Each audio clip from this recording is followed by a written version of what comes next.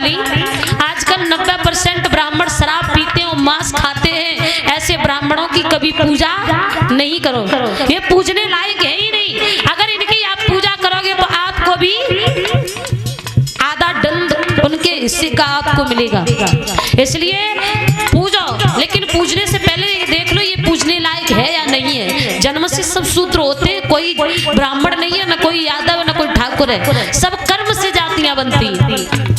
अभी कोई दूध दे लेने दूध वाला आ जाए तो उसे दूधिया बोलते हैं, चाहे वो जाति का कोई भी हो, लेकिन उसे दूधिया बोलते हैं। इसी प्रकार से सब्जी बेचने आ जाए, सब्जी वाला हो गया।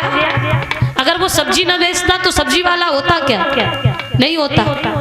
इसी प्रकार से कर्मों से जातियां बनी हैं। ब्राह्मण वो माने जाए जो कबहू सत्य कहे ना, मांस खाए मदरा पी पे खोटे काम तजे ना। ये तो समाज की बात है। अब घर में कैसे कैसे लोग हों।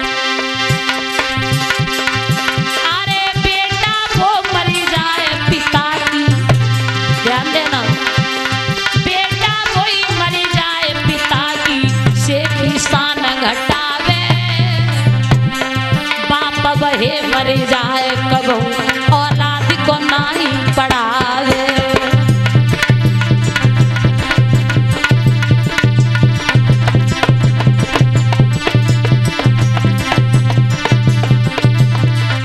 और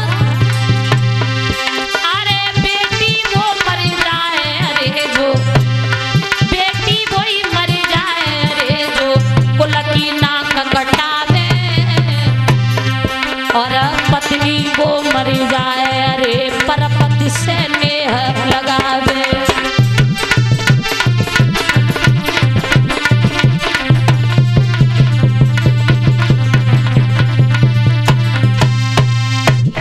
बेटा वो मर जाए, पिता की इज्जत न करे।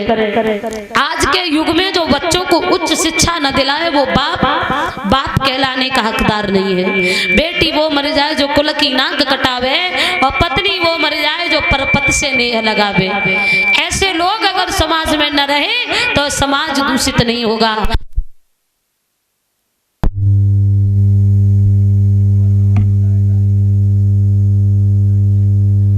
हेलो बता दो करो, तुम तो चौंकाए दे तो बीच में करंट जाते हो, लेकिन हमें ऐसा लगा तो करंट लग हुए। बताए के बंद करो भैया।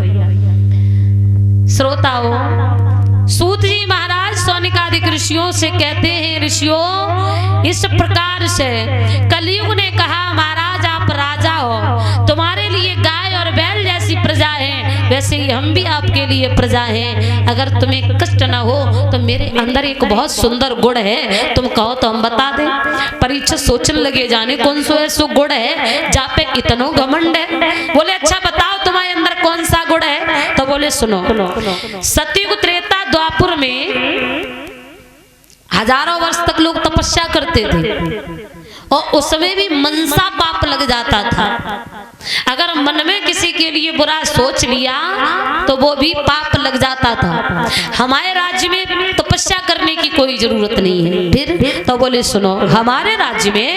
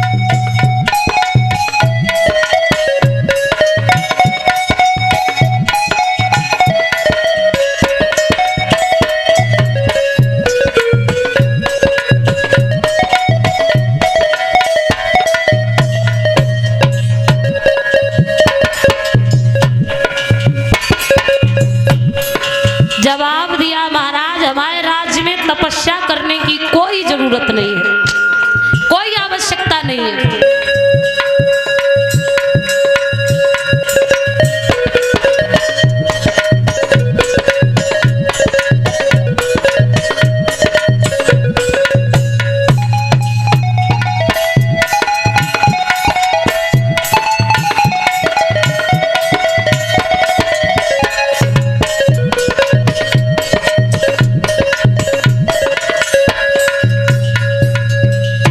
कलियुग केवल नाम धारा, सुमिर सुमिर नर उतरई पारा।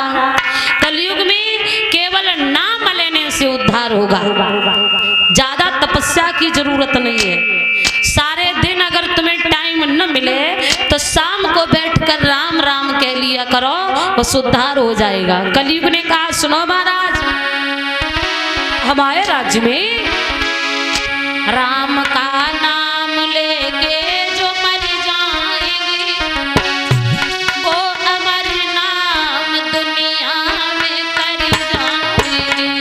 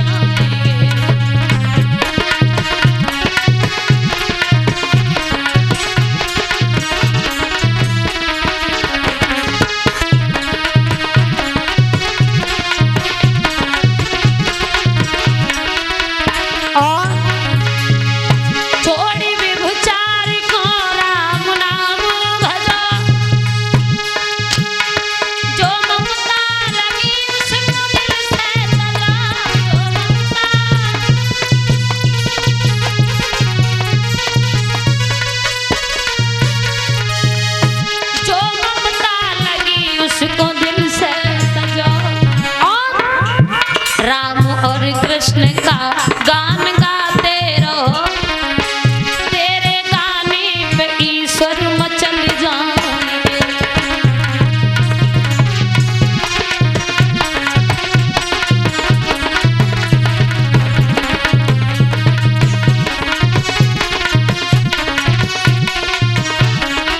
इसलिए कलयुग में श्री राम श्री राम श्री राम कहिए, श्री राम श्री राम श्री राम कहिए। जय विधि राखे राम ताई विधि रहिए, जय विधि राखे राम ताई विधि रहिए।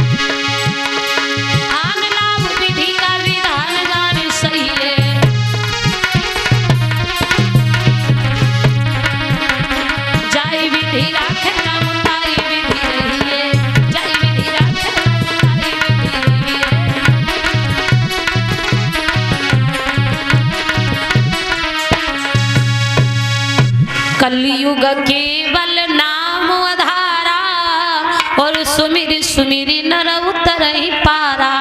कलयुग में राम नाम लेने से उद्धार होगा। परीक्षित ने सोचा मन में कि भैया कलयुग में ज्यादा लोगों के पास समय भी नहीं रहेगा जो तपस्या करके मुक्ति प्राप्त कर सके। तो कलयुग से कहा, कलयुग तुम्हारे अंदर गुण तो अच्छा है, लेकिन तुम हर जगह नहीं रहोगे। हम तुम्हें रहने के लिए जगह निश्चित कर देंगे, उस जगह रहो। और एक बात बताएं, लोग बात बात पे कह देते भैया अब तो कलयुग है, कहते हैं कलयुग है, लेकिन कलयुग हर जगह नहीं है। कलयुग के लिए जगह बताई, जिस जगह शराब पी जाती हो, जिस जगह मांस खाया जाता हो, जिस जगह दूसरे के हिस्सा पर दूसरा भैया अधिकार कर रहा हो, जिस जगह वेश्याएं रहती हो, जिस जगह झूठ बोला जाता हो, जिस जगह गाय बैल की पूजा ना हो, जिस जगह अपने से बड़े का सम्मान न हो, ऐसी जगह पर तुम वास करो। तो कलयुग ने कहा महाराज जगह जो तुमने दी वो हमें स्वीकार है, लेकिन एक आध जगह ऐसी दे देते जहाँ थोड़ी देर बैठ के भगवान को भजन कर लेते। तो जवाब दो, चलो एक जगह हम तुम्हें और दे रहे हैं। कौन सी? बोले एक जगह हम तुम्हें वो दे रहे हैं, यानी कि जिस जगह माँ बाप और गुरु का सम्मान न हो उस जगह तुम निवास करो।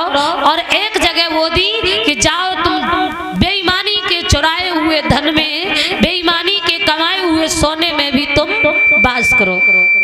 अब परीक्षित के सिर पे जो मुकुट था वो मुकुट बेईमानी का, चोरी का था। तो कलयुग ने छोटा सा रूप बनाया, परीक्षित के सिर पे कलयुग सवार हो गया। बोल गोविंद भगवान की। परीक्षित महाराज के सिर पे कलयुग सवार हो गया। लोग ये कहते हैं आजकल कलयुग है, कलयुग है, लेकिन कलयुग हर जगह नहीं है। सुबह 4 बजे अगर उठोगे तो आप सतयुग में उठ जाओगे।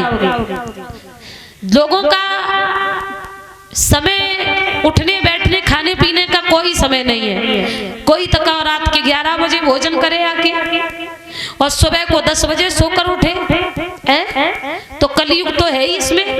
लेकिन हाँ, जो लोग सुबह 4 बजे उठते हैं, ब्रह्म मुहूर्त में जो उठते हैं, और न मानो तो एक दिन उठकर देख लेना, अगर आप 4 बजे उठोगे तो पूरे दिन माइंड का संतुलन जो है वो अच्छा रहेगा।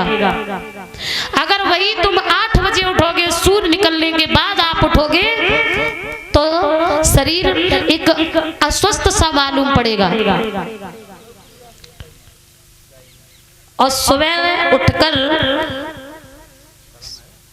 पृथ्वी माँ के पैर छूना, हस्तरेखाओं को देखना, ये बहुत अनिवार्य है। कथा पांडाल में इतने बड़े बुजुर्ग बैठे हैं, माताएं बैठी हैं, सुबह उठकर कौन कौन पृथ्वी माँ के पैर छूता है? हाथ उठाओ। झूठे उठा रही हो, हंस रही हो? बिल्कुल अच्छा, बहुत अच्छा, कम से कम मालूम पड़ा। हाँ, आप लोग मानते हो। सुबह उठकर पृथ्वी माँ के पैर छूने चाहिए, फिर अपने हाथों को देखना चाहिए। कराग्रवस्ते, कराग्रवस्ते, कर आग्र, कर माने हाथ, आग्र माने अगले भाग में। कराग्रवस्ते लक्ष्मी, हाथ के अगले भाग में लक्ष्मी का वास होता है। कराग्रवस्ते लक्ष्मी, कर मध्य सरस्वती, और कर मूले तु गोविंदा प्रभात देकर दर्शनम। इन हाथों को देखकर पृथ्वी माँ के पैर छूकर दिन की शुरुआत करो तो पूरा दिन अच्छा निकलेगा। परीक्षित के सिर पे जो सोने का मुकुट था, कलयुग उस सोने के मुकुट में प्रवेश कर गया। परीक्षित शिकार खेलने गए थे, इनकी बुद्धि जो है वो बिगड़ने लगी। जो सत्य होता था उसका ठीक विपरीत सोचने लगे, क्योंकि कलयुग सवार है। सोने में कलयुग वास करता है, चुराए हुए सोने में कलयुग का वास होता है। और अगर कोई समय से ज्यादा देर तक सोता रहे तो बुजुर्ग, अगर लड़का सो रहा है तो माँ कहती है बेटा उठ जाओ, हमें तो ऐसा लगता तुम्हारे ऊपर कलयुग सवार है, अभी उठ ही नहीं रहे हो। जो लोग समय से अपना सोने का और जागने का समय नहीं रखते, उन पे भी थोड़ा थोड़ा कलयुग का प्रकोप होता है। बोल गोविंद भगवान की। आइए मनवाणी को पवित्र करने हेतु 2 लाइन का कीर्तन करेंगे। महाराज अगर हाथ अपवित्र हो जाएं, ये हाथ हमारे अपवित्र हो जाएं तो किससे साफ होते? बताओ किससे साफ होते? हमें लग रहा था आप लोग कथा नहीं सुन रही हैं, दिखावटी कर रही हो आप, मुंह हिला हिला के। हम सोच रहे हैं बड़ी आप सुनने में लगी हो। वही हिसाब तो नहीं है। मन मैले तनूज रे बगला भक्त अनेक, और तासे तो कागा बोलो सो भीतर बाहर एक। बगुला भक्त तो नहीं हो। बताओ हाथ अपवित्र हो जाते किससे साफ किए जाते हैं? ताली से नहीं, साबुन से। हाँ, साबुन से, पानी से या गंगा जल से पंडित जी पवित्र करा देते हैं। अच्छा हाथ अपवित्र होते हैं तो वाणी भी, जीव जो है ये वाणी भी अपवित्र होती होगी कभी कभी। कैसे होती है?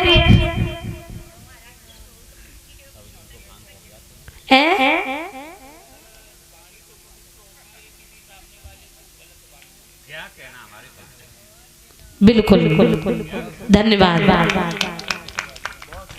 किसी को गाली दे दी, किसी को बुरा कह दिया तो ये वाणी अपवित्र हो जाती है। फिर इस वाणी को पवित्र करने के लिए क्या करना चाहिए?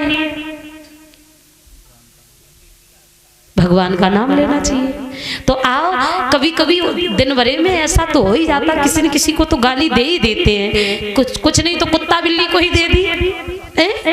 हाँ, तो ये वाणी अपवित्र हो जाती है। आइए सब लोग मिलकर के कीर्तन करेंगे एक बार, ताली बजाकर भावपूर्वक।